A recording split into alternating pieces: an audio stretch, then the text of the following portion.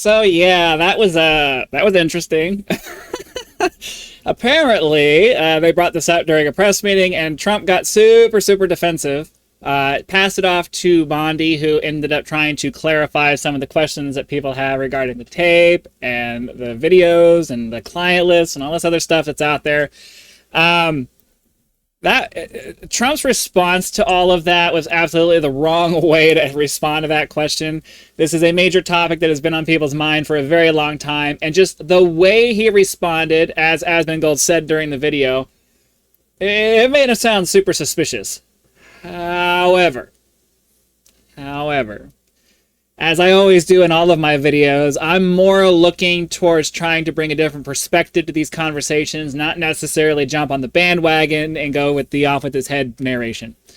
Because, I've made it very clear in the past, I'm not a huge fan of Donald Trump. I don't like the way he conducts himself in public. I don't like the way he speaks to people. A lot of his policies I sort of agree with. A lot of his policies I kind of don't.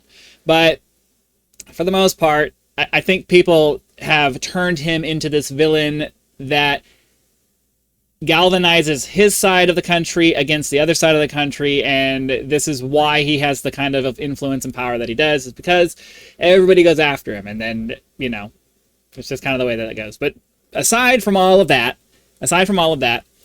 I think what I want to bring to the table here as far as this particular discussion goes is that despite his ridiculous protestations that really he shouldn't have said, and despite the fact that, he comes across as the kind of guy who might participate in some things like that with Jeffrey Epstein, one of the things that we have to understand is that conspiracies aren't nearly as prevalent as we like to believe that they are. And while it's a satisfying kind of thing to think that maybe President Trump was linked to all of this stuff, and maybe he was. I'm not saying he wasn't. I'm just saying that if you are a conspiracy-minded person, you are always going to see the worst-case scenario. And when the evidence that's released anyway, the evidence that they're willing to give, does not provide you with the information that you want, you're going to call bullshit, even if it's not bullshit. So here's the problem we have with the kind of deep space system that we have. There's really no way that we're ever going to know. We're never going to know. We're never going to know with 100% certainty, no matter how many different documents that they release, who it was who actually killed Kennedy, if there was a massive government conspiracy involved.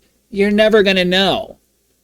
Because any of those documents that could actually incriminate somebody were either destroyed or moved to a place that nobody knows about. And no matter how many FOIA requests you put in, you're never going to get those documents, because the people who operate in secrecy that way know where to hide those things in a way that the government and you and me and nobody else is ever going to find them. Ever. You can whine and complain and request and push and prod all you want. Those answers are gone. You will never get them. Either there is no conspiracy and there's no information for you to find, or there was a conspiracy and any documentation and evidence that is out there has been completely wiped up and cleaned and either moved to a place where it can't be found or destroyed so that it can't ever be found. That's the reality of the world. But at the end of the day, we also have to keep in mind that, while it's fun to do the whole conspiracy theory thing, most of the time, the life is way less interesting than you think it is. It's interesting to think that there's massive conspiracies and the government is out to get us and all of these other things. Most of these things that we see as conspiracy is just government incompetence and stupidity. Like most of these things that we see is really just government incompetence and stupidity. People not caring enough to put the time and effort into their job to make sure that it's done the right way. Why did Epstein get away with all of this stuff? Was it because the people at the State Department knew he was guilty and was just trying to get some kind of a backroom deal? Yeah, maybe. That's certainly a possibility. Or could it possibly be that they didn't see it as big of a deal as other people might have seen it, decided this wasn't really worth our time, so let's just kind of wipe this off the slate so we can hurry up and move on to something that we've decided is more important for us? And Epstein gets a slap on the wrist, a little bit of time in jail, and gets away with what he got away with. Not because there's some kind of grand conspiracy, but because the people in charge just didn't give a crap. You know what I mean? And in this case, while obviously Trump, as usual, put his foot in his mouth because he doesn't know how to respond tactfully to a question. If there was any evidence out there that linked him to that, I guarantee you that it doesn't exist anymore, because these people are not going to leave breadcrumbs for you to follow at this level of the game. I mean, they're just not. They're just not going to do that. I guarantee you that if there had been any kind of footage anywhere available to link Trump to Epstein or any of this other stuff, the Democratic Party, in charge of the CIA and the massively liberal government that, has infiltrated the deep state, would have produced that information as soon as possible to prevent him from becoming president in the first place. I mean, come on.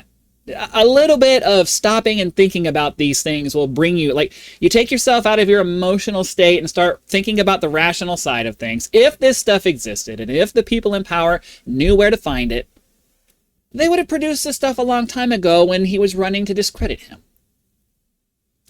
I mean, it's just that it really is, I think, that simple.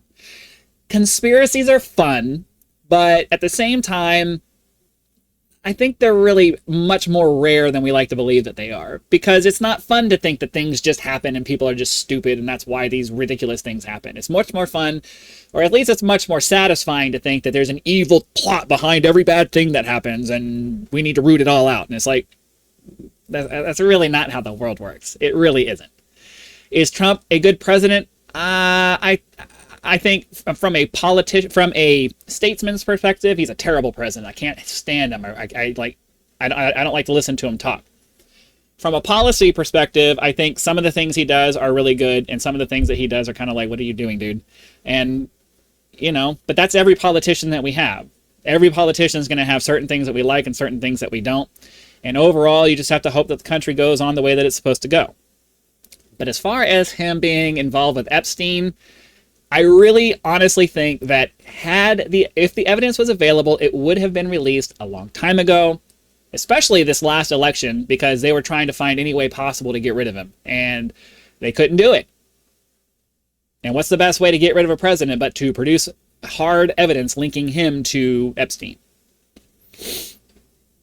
So you can go down the conspiracy rabbit hole and try to say that because Trump has all this money, he was able to pay people off to make it all go away.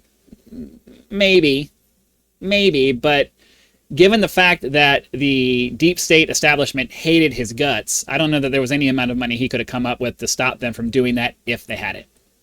So you have to stop for a minute and you have to stop for a second and not do the knee-jerk reaction thing of being like, oh man, wait, what did he just say? Oh my God, he refused to answer the question and he sounds super guilty. It's like, okay, but you also have to remember that this is the way he handles things, and just because he doesn't answer the question in a way that satisfies you doesn't mean that there's something bad. Despite his many flaws, this one included, evidence is what secures things, and if the evidence either doesn't exist, or it's not there, or it's been hidden away and you're never going to find it, you're just wasting your time, chasing after shadows that you can't do anything about. So that's all I wanted to say. Just chill out. There's nothing you can do about it anyway, and getting worked up and pissed off and all these other things. All it's going to do is waste everybody's time, and why would you deal with that? I know that's not a satisfying answer for those of you who want justice this and justice that. I get it.